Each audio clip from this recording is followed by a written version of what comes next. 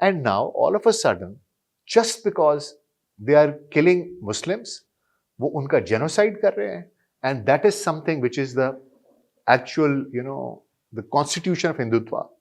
उनका मेन पूरे का पूरा एजेंडा ही है. तो उनको बड़ी खुशी है कि यार ये मुसलमानों को मार रहे हैं. ये तो अपने भाई हुए, क्योंकि दुश्मन का दुश्मन दोस्त होता है.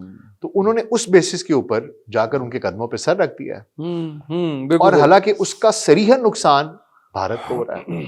उनके ऑयल टैंकर्स वहां पर रुके हुए हैं, ठीक है, क्योंकि ईरान को ये समझ आ गई कि ये तो उधर है, ठीक है.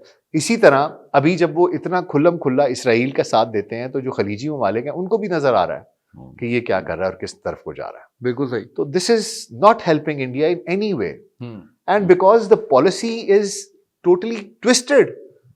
आपने पूरी देखा नहीं है कि हालात क्या हैं. आपने पहले ऐलान कर दिया कि मैं ये करूंगा. आप जंग शुरू होने से पहले ही जाके दस्तबरदार हुए हैं कि जी मैं तो आपके साथ हूं, नेतन्याहू भैया मैं आपके साथ हूं.